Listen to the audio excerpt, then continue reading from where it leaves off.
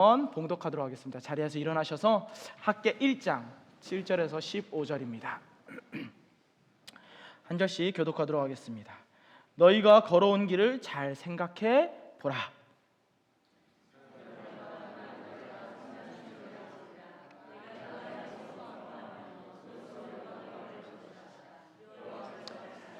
너희가 풍성함을 기대했지만 조금밖에 거두지 못했고 너희가 집에 가지고 왔으나 내가 불어 날려버렸다. 왜 그랬겠느냐? 만군의 여호와께서 하시는 말씀이다.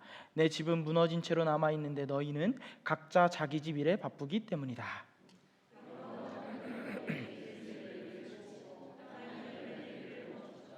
내가 땅에 산에 곡식에 새 포도주에 새 기름에 땅이 생산해내는 것에 사람의 가축에 너희 손이 만들어내는 모든 것 위에 가뭄이 들게 했다. 여호사닥의 아들 대제사장 여호수아와 남아있는 모든 백성이 그들의 하나님 여호와의 말씀과 예언자 학개의 말에 순종했다. 그들의 하나님 여호와께서 그를 보내셨음을 알았기 때문이었다. 그리고 백성들은 여호와 앞에서 두려워했다.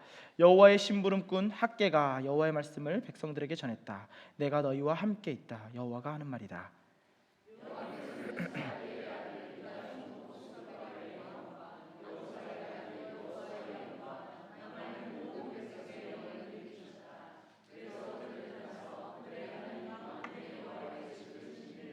함께 읽겠습니다. 다리오 왕 2년째 되는 해 여섯째 달 24일의 일이라. 사랑이 많으신 하나님 아버지 감사합니다. 오늘도 우리에게 한 말씀 허락하여 주셔서 그 말씀 붙잡고 일어나는 이 밤 되게 하여 주시옵소서. 오늘도 우리와 동행하시는 예수 그리스도 이름으로 기도드립니다. 아멘. 자리에 앉으셔도 좋습니다. 함께 찬양 하나 하면 좋겠는데 혹시 나의 안에 거하라 함께 잠깐 찬양 한번 해볼까요? 나의 안에 거하라.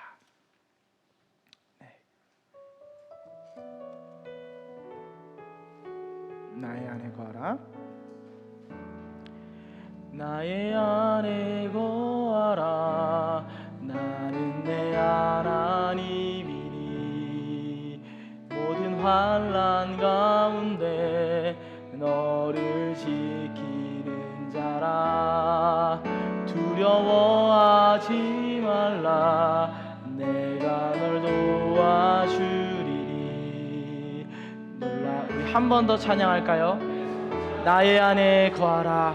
이번에는 우리 하나님 사랑을 생각하면서 나의 안에 거하라. 나의 안에 거하라.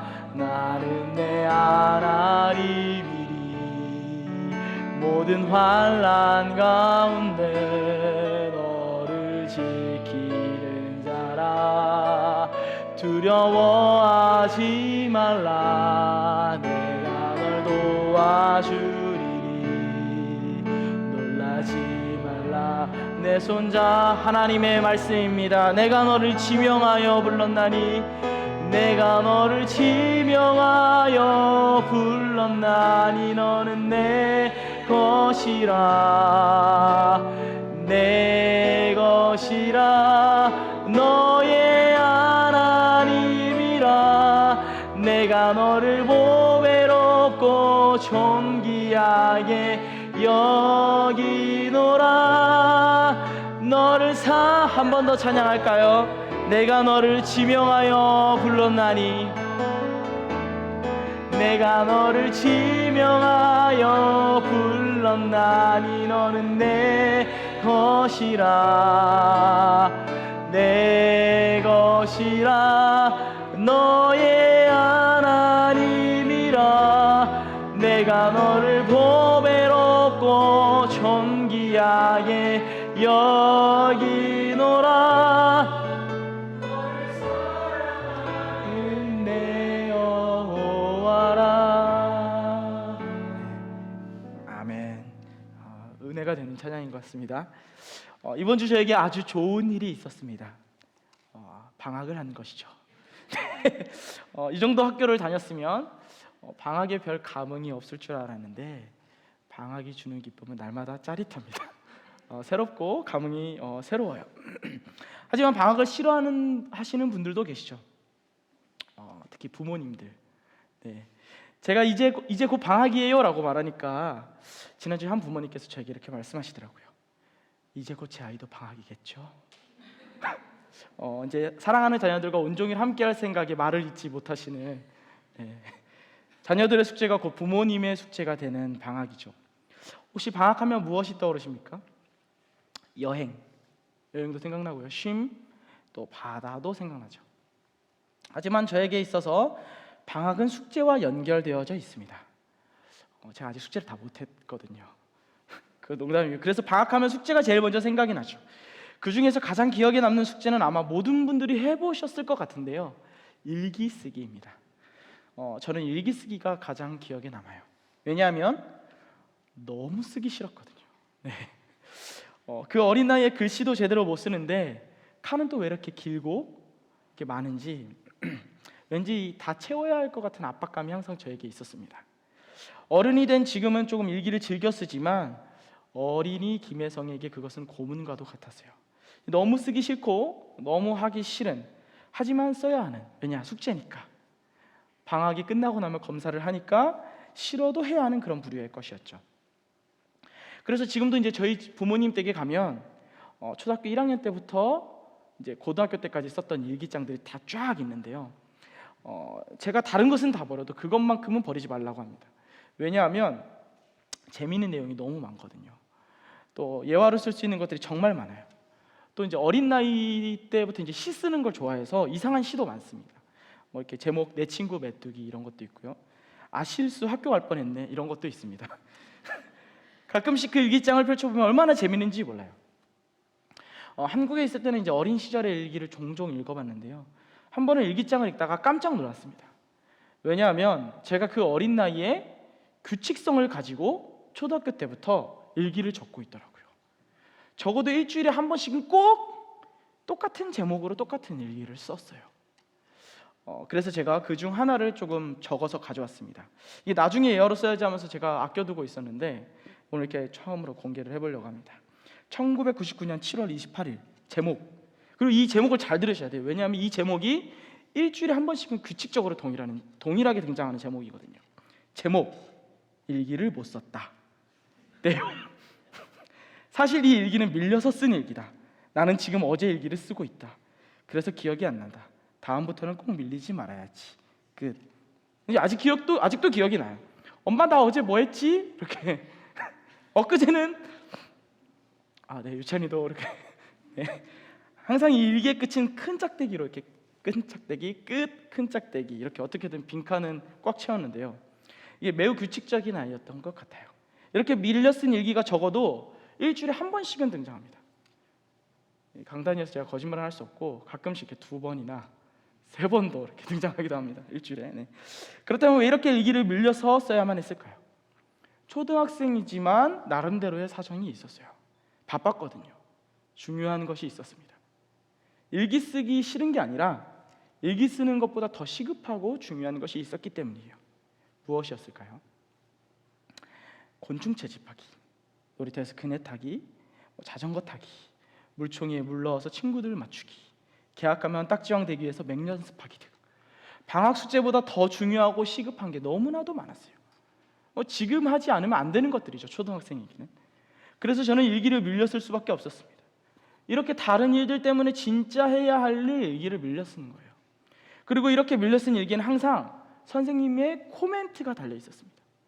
선생님께서는 항상 그 밀려 쓴 일기에는 코멘트를 꼭 적어주셨어요. 그리고 답글 옆에는 항상 이렇게 도장이 찍혀 있었는데요. 이게 어떤 답글이 적혀 있었냐면요. 이제 그건 나중에 따로 저를 찾아오시면 그때 말씀을 드리도록 하겠습니다. 이제 이 궁금증을 그대로 가지고 오늘 말씀을 한번 살펴보겠습니다. 오늘 말씀을 보면 저처럼 해야 할 일을 하지 않고 자꾸만 미루던 사람들이 등장해요. 해야 할 일이 있지만 그 일을 미루던 사람들, 그 사람들이 누구입니까? 학계 1장 2절 말씀을 한번 살펴보겠습니다. 1장 2절입니다. 만군의 여호와께서 이렇게 말씀하셨다. 여호와의 집을 지을 때가 되지 않았다라고 이 백성들이 말한다. 학계가 말하는 백성들이 대체 누구입니까? 이스라엘 백성들이죠. 사실 학계서에 등장하는 사람들은 평범한 이스라엘 백성들이 아니었어요. 이 백성들은 조금 특별한 배경을 가지고 있었습니다. 학계서에 등장하고 학개가 소개하는 이스라엘 백성들이 어떤 배경을 가지고 있었는지를 알아보려면 우리는 학개서가 아니라 에스라서를 좀 살펴봐야 합니다. 왜냐하면 학개서가 적혔던 시대와 에스라서가 적혔던 시대가 일정 부분 중복되어 있기 때문이죠. 에스라 3장 1절 말씀입니다. 이스라엘 자손들이 각각 고향에 정착한 지 7째 달이 지난 후에 백성들이 예루살렘에 일제히 모였습니다. 학개서 1장 2절이 말하고 있는 백성, 즉 이스라엘 사람들은 포로로 끌려갔다가 고레스 왕의 명령으로 다시 고향으로 돌아왔던 포로 귀환 자들이었어요. 기원전 538년 페르시아의 왕 고레스가 칙령을 내렸죠. 그 칙령의 내용은 역대하 36장 23절에 이렇게 기록되어 있습니다. 페르시아 왕 고레스는 말한다. 하늘의 하나님 여호와께서 세상의 모든 나라들을 내게 주셨다. 하나님께서 나를 세우셔서 유다의 예루살렘에 성전을 짓게 하셨다. 이제 너희 가운데 하나님의 백성인 사람은 누구나 다 예루살렘으로 돌아가도록 하라. 하나님 여호와께서 너희와 함께 하실 것이다. 고레스의 칙령이 무엇이었습니까? 하나님께서 페르시아의 왕이었던 고레스의 마음을 감동시키셨죠. 고레스는 사람이 아닌 하나님의 마음으로 지금 이스라엘 사람들과 온 방백들에게 칙령을 내리고 있습니다. 이 말씀을 자세히 읽어보면 위로의 메시지처럼 느껴져요. 위로의 메시지처럼 느껴지지 않으십니까? 포로 시기 모두가 절망에 빠졌고 모두가 안 된다고 말했고 언제 귀환할 수 있을지 좌절에 빠져 있었어요. 근데 이스라엘 백성들에게 위로라도 해주는 것처럼 하나님께서는 고레스의 입술을 통해서 자신의 백성들에게 말씀하셨죠. 하나님의 입장에서 이 말씀을 다시 해석하면 어떻게 읽혀집니까? 제가 한번 하나님 입장에서 다시 이렇게 해석을 해봤어요. 세상 모든 나라들을 내가 고레스에게 줬다. 고레스를 내가 세웠다. 이제 너희 가운데 내 백성은 다 예루살렘으로 돌아와라. 하나님 여호와인 내가 너희들과 함께 할 것이다. 이 내용을 고레스가 선포하는 거예요. 그 선포가 에스라 1장에 그대로 적혀 있습니다. 하나님이 참 신이다. 이제 이스라엘 백성 너희들은 고향으로 돌아가서 무너진 성벽을 재건해라. 필요한 재료가 있으면 내가 다 줄 테니까 가라. 에스라 1장 4절에 이 내용이 기록되어 있습니다. 1장 4절 말씀입니다. 우리 함께 봉독하겠습니다. 시작. 온 백성들이 어디에 살든 그 지역의 사람들은 금과 물품과 가축으로 도와주고 예루살렘에 있는 하나님의 집을 위해 기꺼이 헌금을 드릴 수 있게 하라. 고레스의 칙령이 발표되었어요. 그리고 이스라엘 사람들이 예루살렘으로 돌아왔습니다. 그리고 칙령 그대로 성전을 재건하기 위해 성전 근처에 머물기 시작했습니다. 이런 배경 속에서 하나님께서 학개 선지자에게 말씀하고 계신 거예요. 학개 1장 2절은 이렇게 말하고 있습니다. 만군의 여호와께서 이렇게 말씀하셨다. 여호와의 집을 지을 때가 되지 않았다라고 이 백성들이 말한다. 고레스의 칙령이 있었습니다. 막대한 후원을 보장하겠다는 왕의 선포도 있었죠. 하지만 귀환한 이스라엘 백성들의 입에서 나온 말이 무엇이었습니까? 여호와의 집을 지을 때가 되지 않았습니다 임이에요. 이게 무슨 뜻이죠? 이스라엘 백성들이 기도하고 고민하고 하나님께 뜻을 구했더니 하나님께서 아직 때가 아니다라고 말씀하셨습니다 라는 뜻입니까? 아니면 성전 짓는 것을 잠시 미루자는 말입니까? 만군의 여호와께서 학개에게 말씀하셨어요. 백성들이 나의 집을 지을 때가 되지 않았다고 말하고 있구나. 때가 아니라고 말하는구나. 이 말씀이 대체 무엇을 의미합니까? 그 의미를 보다 잘 알기 위해서 우리는 학개 1장 1절 말씀을 다시 한번 살펴봐야 돼요. 1장 1절입니다. 다리오 왕 2년째 되는 해 여섯째 달 1일에 여호와의 말씀이 예언자 학개를 통해 스알디엘의 아들 유다 총독 스룹바벨과 여호사닥의 아들 대제사장 여호수아에게 임했습니다. 1절 말씀은 전혀 새로운 사실을 우리에게 말해주고 있어요. 고레스의 칙령으로 성전 재건을 위해 예루살렘으로 귀환했지만 성전을 재건하는 기간 동안에 왕이 바뀐 것이죠. 성전 재건이라는 동일한 주제로 연결되어 있지만 학개서의 시작은 고레스가 아닌 다른 왕 다리오 왕으로 시작되고 있습니다. 쉽게 말해서 중간에 왕이 바뀐 거예요. 그리고 다리오는 페르시아의 세 번째 왕이었습니다. 고레스가 1대 왕이었고 다리오 왕이 세 번째 왕이었죠. 그러니까 고레스 칙령과 학개서 1장 2절의 말씀이 기록될 때까지 총 2번의 왕의 교체가 있었어요. 첫 번째 왕이 누구였습니까? 계속 말하고 있었던 고레스 왕입니다. 고레스는 어떤 왕이었나요? 에스라 1장 3절을 보겠습니다. 너희 가운데 하나님을 섬기는 여호와의 백성이 누구냐? 하나님이 함께 하시기를 바라노니 여호와를 섬기는 백성들은 이제 유다의 예루살렘으로 올라가 이스라엘의 하나님 여호와의 집을 지으라. 그분은 예루살렘에 계신 하나님이시다. 하나님께서는 고레스 왕의 마음을 감동시키셨죠.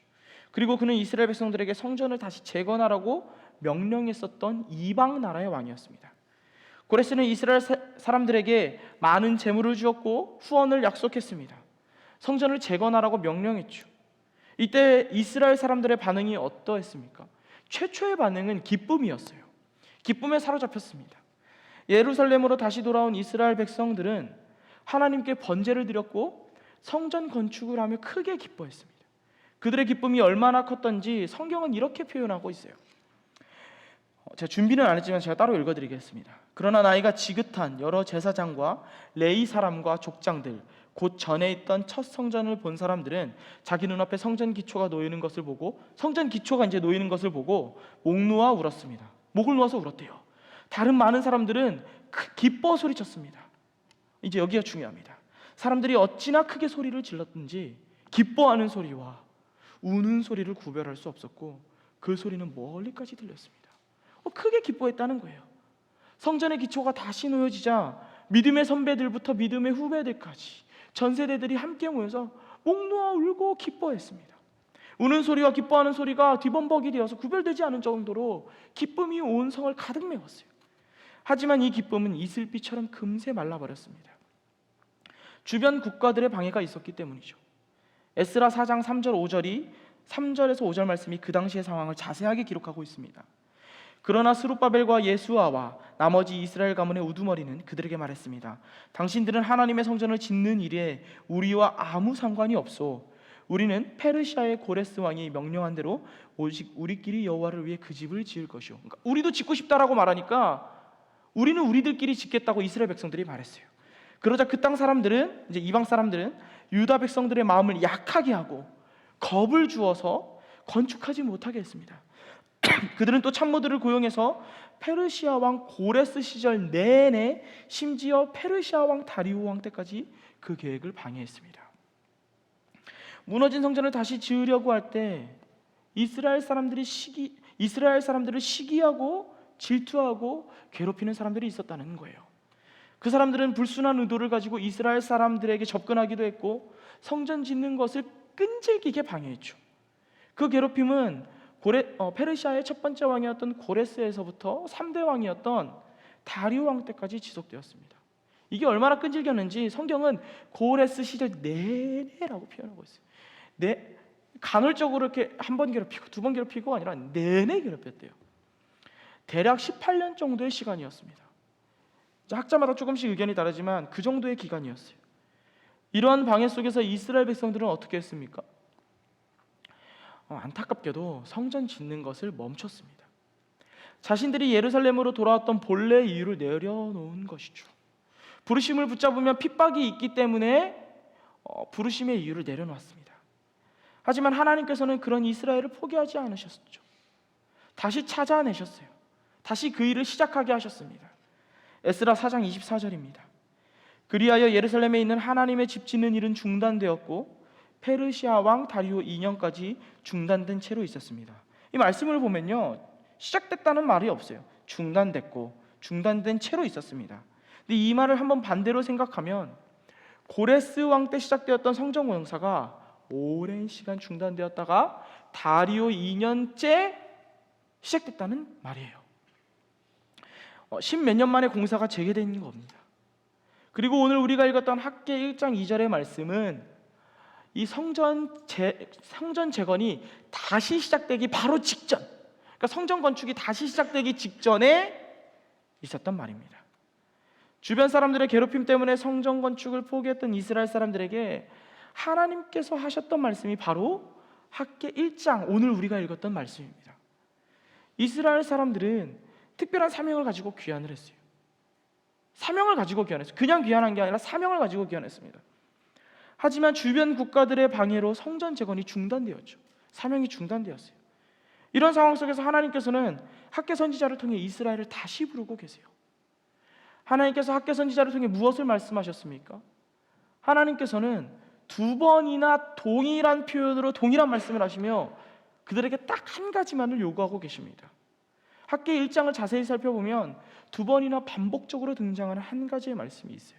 먼저 5절입니다. 그러므로 이제 만군의 여호와께서 이렇게 말씀하셨다. 너희가 걸어온 길을 잘 생각해보라. 7절을 또 한번 볼까요? 만군의 여호와께서 이렇게 말씀하셨다. 너희가 걸어온 길을 잘 생각해보라. 너희가 걸어온 길을 잘 생각해봐라. 이게 성경마다 조금 다르게 번역되고 있는데 개역개정은 행위를 살펴라 라고 번역되어 있어요. 하지만 이 말씀은 단순히 행위, 행동, 너희들의 길을 살펴보라는 말이 아닙니다. 오히려 이 말씀은 행위나 행동이나 너희의 길을 만들어내는 너희들의 마음을 살펴보라는 것이죠. 잘 생각해보면 행동은 결국 마음의 결정입니다. 무슨 말이냐면 우리가 어떠한 죄를 지을 때 우발적으로 죄를 짓는다고 생각하지만 결국에는 수없는 마음의 갈등에서 결정으로 죄를 짓는 것이죠. 마음의 습관이 곧 행동으로 이어지는 것이죠. 내가 걸어온 길도 결국에는 신념이 선택한 발자국들입니다. 이렇게 걸어왔다고 우연히 걸어왔다고 생각하지만 결국에는 내 신념의 발자국들이 새겨진 곳이 나의 길이죠. 행동 혹은 우리들의 삶의 모든 길은 결국에는 마음의 열매예요. 그래서 신학자 민용 제이콥스는 이 문장에 대해서 이렇게 설명을 하고 있습니다. 제가 그대로 옮겨왔어요.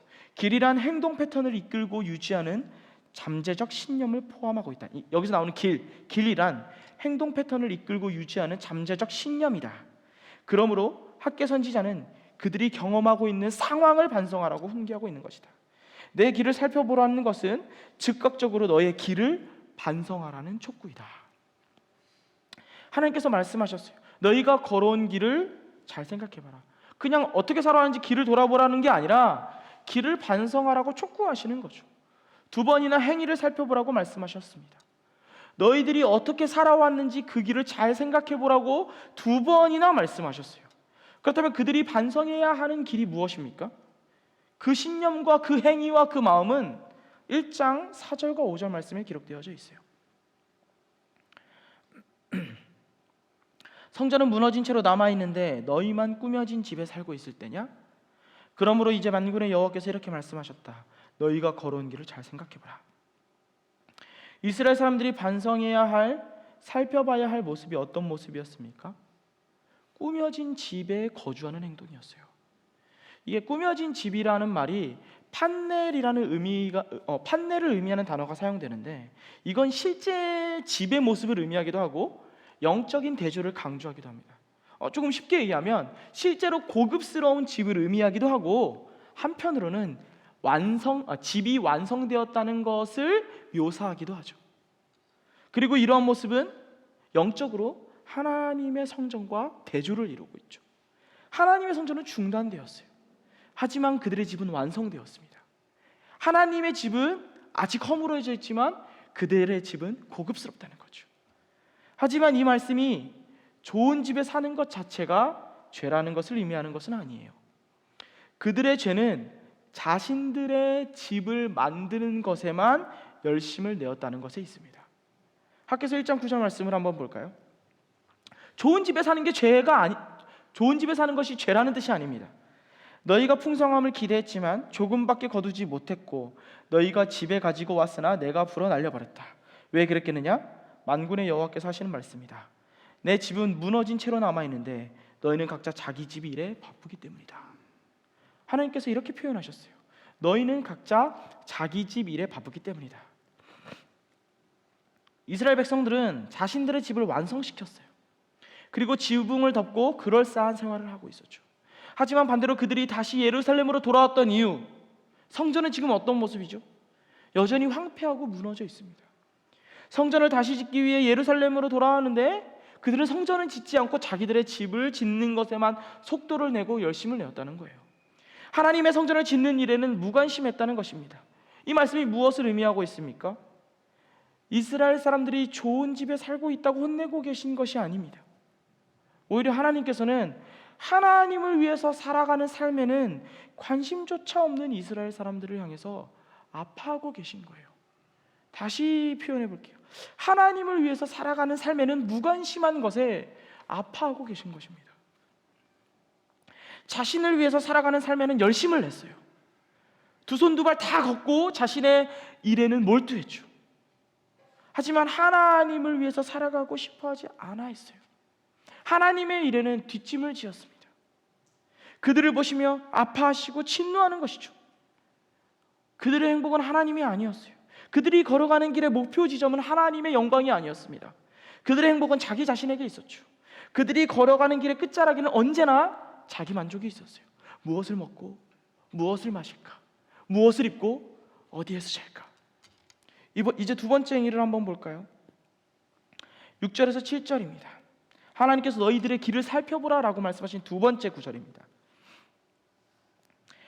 너희가 많이 심었지만 조금밖에 거두지 못하고 먹어도 배부르지 않고 마셔도 만족하지 못하고 입어도 따뜻하지 않으며 일꾼이 품삯을 벌어도 구멍난 주머니에 넣는 격이 되었다. 품삯을 받았는데 이제 주머니에 구멍이 나서 돈이 다 사라졌다는 거죠. 만군의 여호와께서 이렇게 말씀하셨다. 너희가 걸어온 길을 잘 생각해보라. 하나님께서 이스라엘 백성들에게 이렇게 말씀하셨어요. 너희가 많이 심지만 조금밖에 거두지 못할 거야. 먹어도 배부르지 않고 마셔도 만족하지 못하고 입어도 따뜻하지 못할 거야. 이 말씀이 무엇을 의미합니까? 사실 이 말씀은 신명기 28장의 배경을 두고 있어요. 하나님께서 하나님의 말씀에 불순종할 때 이런 저주를 내리겠다고 약속하셨죠. 그렇다면 포로 생활을 청산하고 예루살렘으로 돌아온 이스라엘 사람들이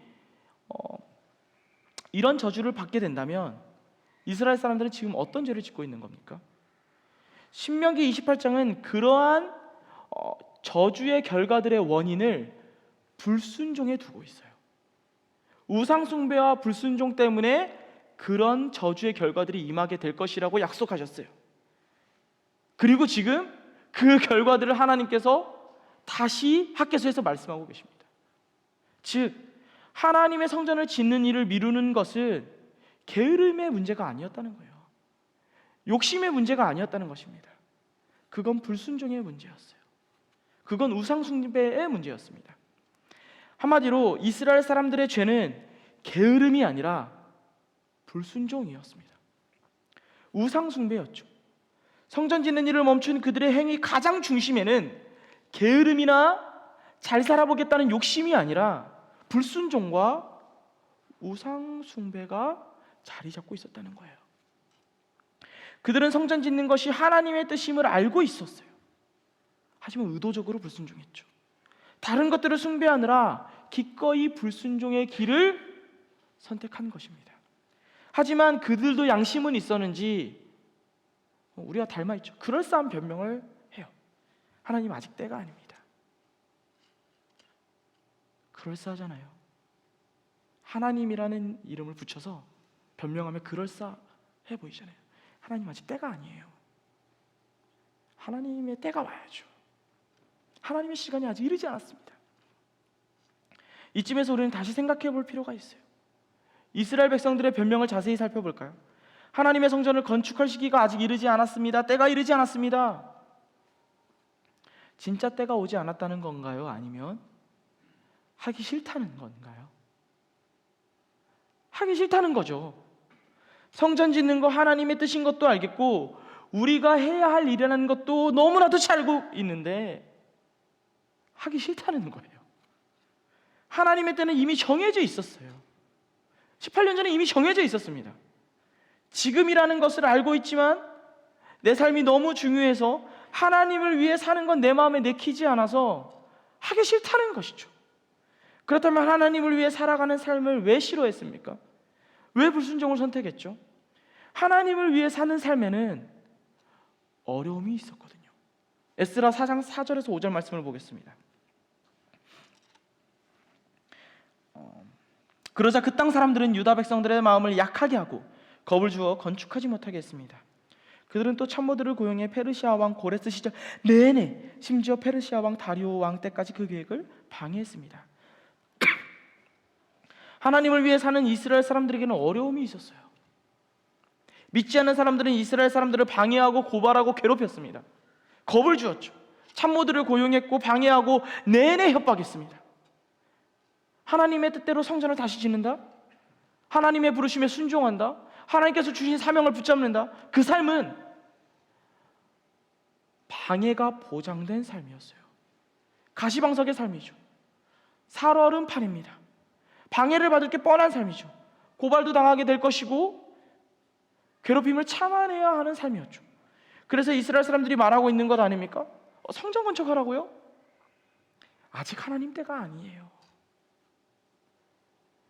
1년, 2년, 3년, 4년 성전 건축 안 하니까 너무 좋거든요. 긴장하지 않아도 돼요. 협박받을 일도 없어요. 괴롭히는 사람도 없어요. 누가 나한테 겁주는 사람도 없고 평안하거든요. 이 삶이 더 살만하거든요. 그 삶은 아주 쉽습니다. 너무 쉬워요. 좋은 집에서, 완성된 집에서 살면서 다른 것 이것저것 신경 쓸 필요 없이 딱 하나만 모른 척하면 됩니다. 아직 완성되지 않은 하나님의 성전, 나를 부르신 이유, 그것만 무시하면 돼요. 그리고 그럴싸한 핑계를 대면 되죠. 하나님의 때가 아직 오지 않았어요. 하지만 이 삶은 불순종의 삶이고 우상숭배의 삶이죠. 부르심의 이유를 포기하고 하나님을 외면하며 자신만을 위해 살기로 결심하는 불순종의 삶인 것이에요. 그러나 하나님께서 오늘 말씀을 통해 분명하게 말씀하고 계십니다. 1장 8절입니다. 산에 올라가 나무를 가져다 성전을 지으라. 내가 그 안에서 기뻐하며 그것으로 영광을 받을 것이다. 여호와께서 말씀하셨다. 하나님께서 말씀하셨어요. 성전을 지어라. 너희들은 산에 올라가서 나무를 가져다가 나의 성전을 지어라. 이스라엘 사람들에게 다시 성전을 지으라고 명령하십니다. 그렇다면 하나님께서는 대체 왜 이렇게 강력하게 성전을 지으라고 말씀하십니까? 하나님께서 건물이 필요하실까요? 아니요, 건물이 필요하신 게 아니에요. 여기서 우리는 성전의 의미를 다시 생각해 볼 필요가 있습니다. 그 당시 성전이 무엇을 의미하고 있었죠? 성전의 의미가 무엇입니까? 하나님이 우리와 함께 하신다. 만군의 여호와가 너희와 함께 한다. 하나님께서 성전을 통해 이스라엘 사람들에게 끊임없이 말씀하셨어요. 광야에서 성막으로, 성전으로 내가 너희들과 함께하고 있어. 너희들은 내 백성이야. 그러므로 너희들도 나와 함께해야 해. 너희들은 구별된 내 백성이야. 구별되어서 나와 함께해야 해. 그들은 시시때때로 성전을 보며, 왜 예전에 그 나이가 들었던 제사장들이 왜 성전에 기초가 놓인 것을 보고 왜 울었습니까? 성전을 보면서 때로는 성전에 거하며 자신들이 누구에게 속했는지를 끊임없이 확인했었거든요. 그래서 하나님께서 오늘 너희들의 길, 너희들의 행위, 너희들의 마음을 살펴보라고 하신 거예요. 이스라엘 백성, 너희들 진짜 지금 나랑 함께하고 있는 게 맞는지 돌아보라고 말씀하고 계신 거예요. 너희들 진짜 나랑 함께하고 있는 거 맞니? 하나님보다 다른 것들을 더 붙잡고 있는 그들의 마음을 살펴보라는 것이죠. 하나님보다 나의 삶, 나의 시간, 나의 생명, 나의 행복을 더 사랑하고 그것들을 부여잡고 있는 스스로를 돌아보라고 말씀하고 계신 거예요. 하나님께 순종하지 않고 마음속에 하나님을 밀어내버린 이스라엘 사람들에게, 이스라엘 백성들, 너희들 지금 너희들의 마음이 어떤지 돌아봐. 너희들이 진짜 나랑 함께하고 있는지 돌아봐야 해 라고 말씀하고 싶으셨던 거죠. 마음을 돌아보고 다시 그 마음 가득 나만으로 채우라고. 너를 위해서 살아가던 삶을 이제는 멈추고 그 길을 멈추고 나를 위해 살아가라고. 나 중심의 삶이 아니라 하나님 중심의 삶을 살아가라고 촉구하고 계신 것이죠. 너희들의 길을 다시 돌아봐. 이쯤에서 제 일기 이야기를 다시 해보려고 합니다. 방학 내내 밀려 쓴 일기. 다른 것들이 더 좋아서 해야 할 일을 하지 않고 꾸역꾸역 써내려간 성의 없는 일기. 그 일기에는 선생님께서 항상 이렇게 답글을 써주셨어요. 혜성아, 오늘도 또 일기를 밀렸었구나. 그래도 선생님은 혜성이가 자랑스럽다. 늘 응원한다. 다음엔 꼭 밀리지 말거라. 옆에는 도장이 찍혀 있었어요. 참 잘했어요. 쾅. 그런데 문득 어린 시절 제 일기를 보며 선생님의 답글이 참 이상하다라는 생각을 했습니다. 일기를 밀렸었다고 혼내시기다가도 도장은 꼭 참 잘했어요를 찍어주셨어요. 물론 도장이 그것밖에 없으셨겠지만 안 찍어주셔도 됐잖아요.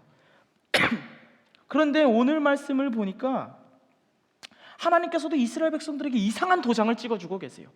하나님께서는 하나님보다 다른 것들을 더 좋아하고 하나님보다 다른 것들을 더 사랑했던 이스라엘을 혼내시고 계십니다. 부르심의 이유를 외면하던 그들을 훈계하셨어요.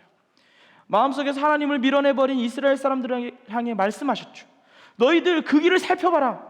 너희들 지금 불순종하고 있는 거야. 너희들 나보다 다른 것들을 더 사랑하고 있어. 다시 성전을 지어야지. 나와 다시 함께 해야지. 그러나 하나님께서는 학개를 통해 다시 말씀하고 계세요. 1장 13절입니다. 여호와의 심부름꾼 학개가 여호와의 말씀을 백성들에게 전했다. 내가 너희와 함께 있다.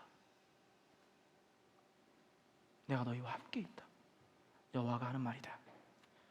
너희들 그 길을 살펴봐라. 너희들 지금 불순종하고 있어. 너희들 나보다 다른 것들을 더 사랑하고 있어.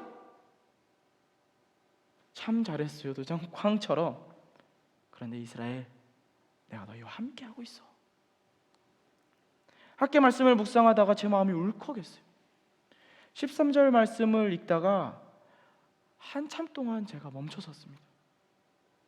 일기를 왜 밀렸으니 그러면 안 된다 혼내시던 답글 밑에도 항상 그래도 잘했어, 참 잘했어요 도장을 쾅 찍어주셨던 선생님처럼, 그 도장처럼 하나님께서는 이스라엘을 혼내시다가 성전을 지으라고 명령하시다가 결국에는 이렇게 말씀하고 계세요.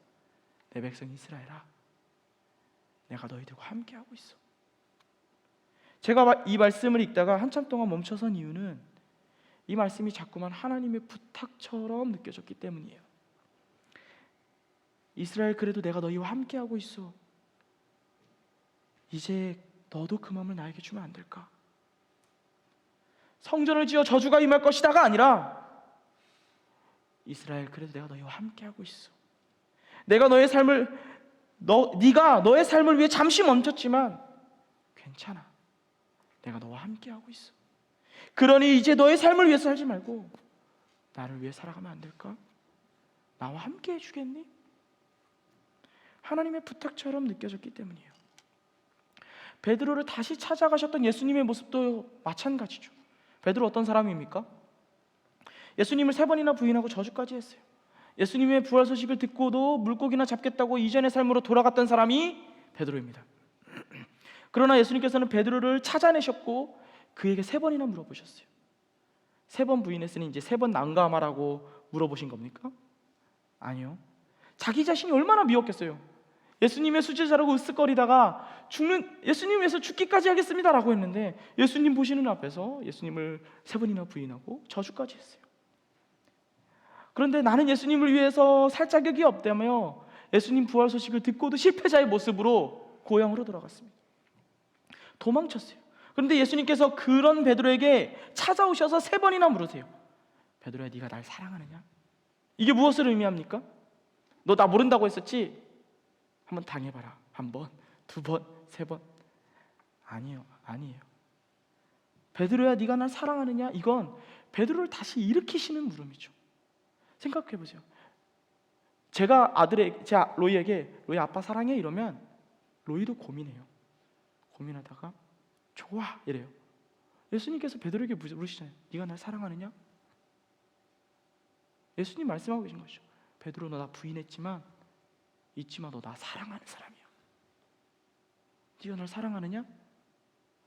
도망쳤지만 괜찮아. 너 날 사랑하는 사람이야. 베드로, 네가 날 사랑하느냐?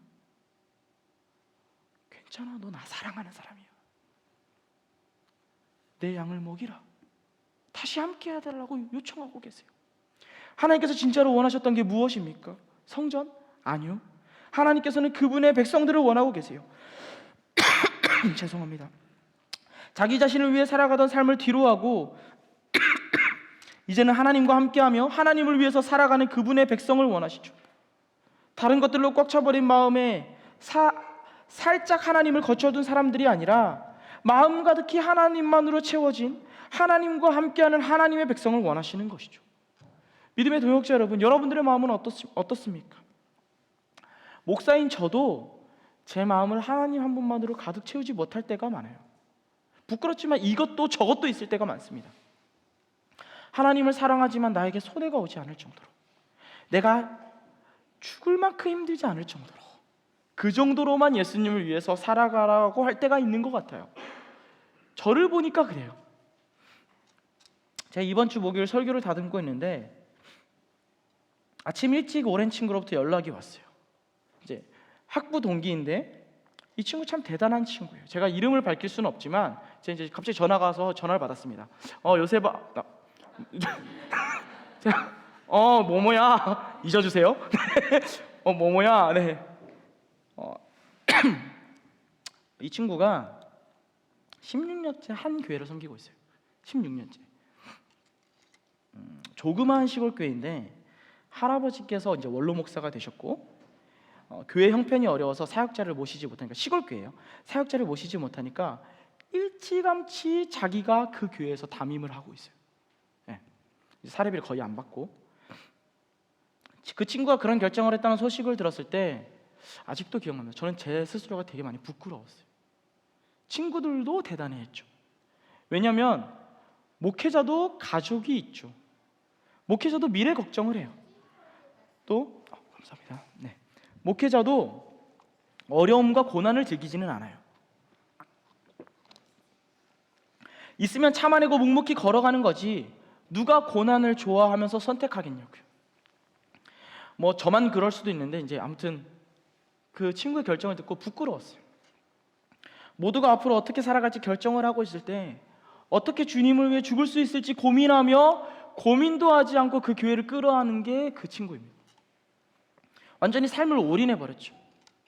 아무튼 연락의 내용은 이렇습니다. 좀 서론이 길었는데 그 친구의 딸이 3살인데 희귀병에 걸린 거예요.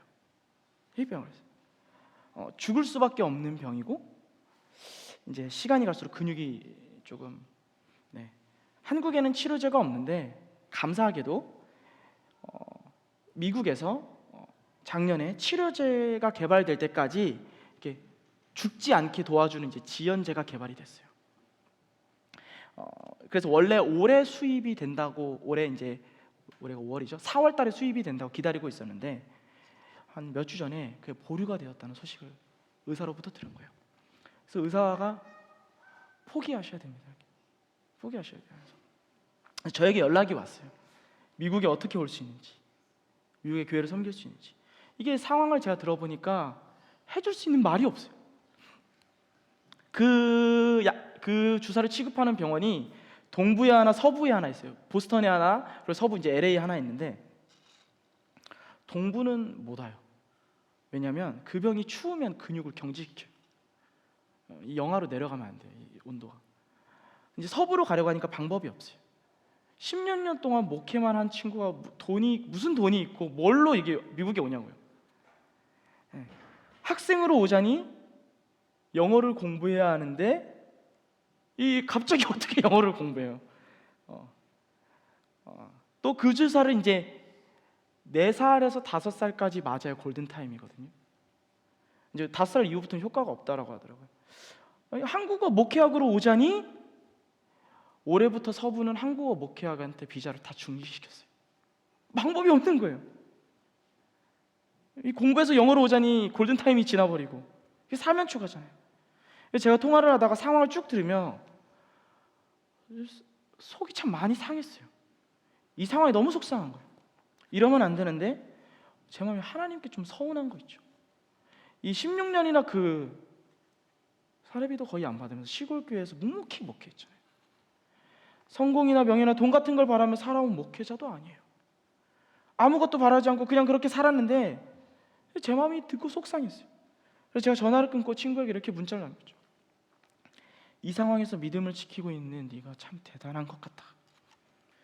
그러니까 이런 답장이 왔어요. 제가 이제 친구가 보낸 그대로 읽어드릴게요. 아니야, 하나님께서 나를 붙들고 계신 거야. 나는 처음으로 하나님 앞에서 바다 끝까지 나다지게 되었어. 그래서 지금 감당하기 벅차지만 오히려 나의 약한 것으로 더 크신 일을 행하시고 계시는 하나님을 찬양해. 문자를 보고 한참 동안 다른 일을 못했어요. 왜냐하면 제 마음이 자꾸 제게 묻는 거예요. 너라면 저렇게 말할 수 있어? 너 로이가 저렇게 되면 더 이렇게 말할 수 있어? 못할 것 같았어요. 인생의 반절을 하나님께 송두리째로 바치고 하나님이 없는 것처럼 느껴지는 상황을 마주했을 때 아니야, 오히려 하나님께서 나를 붙잡고 계신 거야 고백할 수 있을까? 그건 둘째치고 목회 못할 것 같아요. 저는 결국엔 하겠지만 쉽지 않을 것 같습니다. 사랑하는 여러분, 이런 삶은 예수님을 깊이 생각할 때 비로소 가능해요. 예수님이 어떤 분이십니까? 예수님은 임마누엘이세요. 하나님이 우리와 함께 하신다. 예수님 마음에는 우리들이 전부였죠. 예수님은 우리를 사랑하실 때 죽기까지, 고통받으시기까지, 피해를 입을 정도로까지 사랑하셨어요. 미움을 받을 정도로, 비난을 받을 정도로 사랑하시고 결국에는 십자가에 달려 죽으시고 부활하셨어요. 자신을 부인한 베드로에게 다시 찾아가셔서 일으키시고 함께 해달라고 부르심의 이유를 회복시키시며 끌어안아 주셨죠. 그리고 그 예수 그리스도는 지금도 우리와 함께하고 계세요. 그래서 학개서의 말씀은 과거의 이야기가 아니라 하나님이 현재 진행형의 말씀인 것이죠. 내가 너희와 함께하고 있으니 너희도 나와 함께 해주겠니?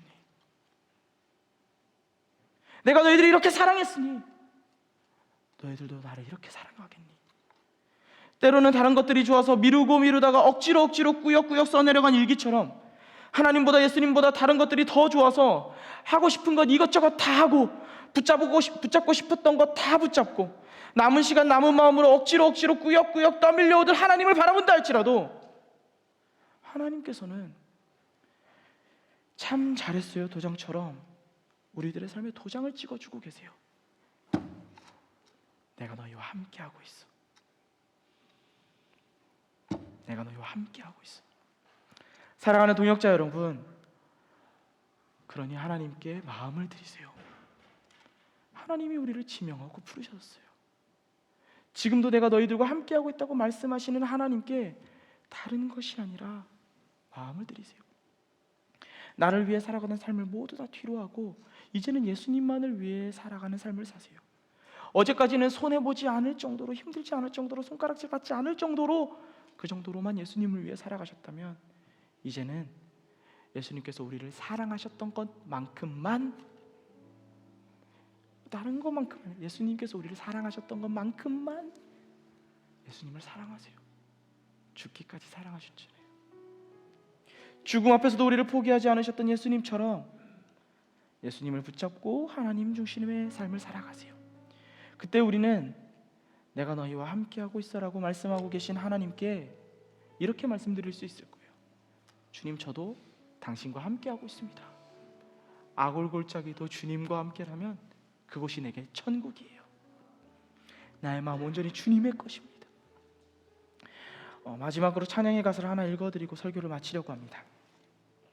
하나님의 열심이라는 찬양이에요. 사랑하는 내 딸아, 너의 자금도 내겐 귀하다. 너와 함께 걸어가는 모든 시간이 내겐 힘이라. 사랑하는 아들아, 너의 연약함도 나에겐 큼이라. 너로 인해 잃어버린 나의 양들이 돌아오리라. 조금 느린 것 같아도 기다려주겠니? 조금 더딘 듯해도 믿어줄 수 있니? 지금 네가 가는 그 길 절대 헛되지 않으니 나와 함께 가자. 앞이 보이지 않아도 나아가 주겠니? 이해되지 않아도 살아내 주겠니? 너의 눈물의 길을 잊지 않고 있으니 나의 열심으로 이루리라. 우리 시간 말씀 기억하면서 함께 찬양하겠습니다. 나의 안에 거하라. 뒤에 불 꺼주시면 함께 찬양하겠습니다.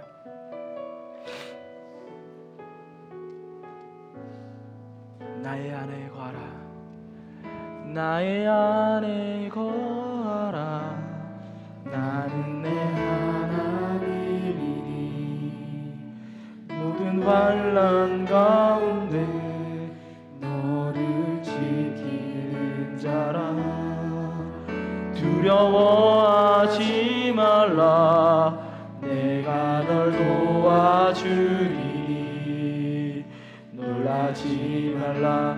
네, 우리 한 번 더 찬양하겠습니다. 믿음으로 고백합니다. 나의 안에 거하라.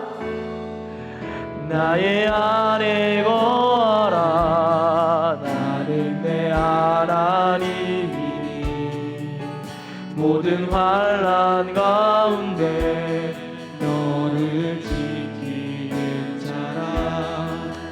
두려워하지 말라. 내가 널 도와주리. 놀라지 말라. 내 손 잡아주리라. 내가 너를 지명하여 불렀나니 너 내 것이라. 너의 하나님이라. 내가 너를 보배롭고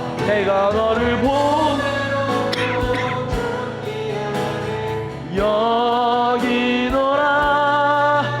너를 사랑한. 한 번 더 찬양하겠습니다. 나의 안에 거하라.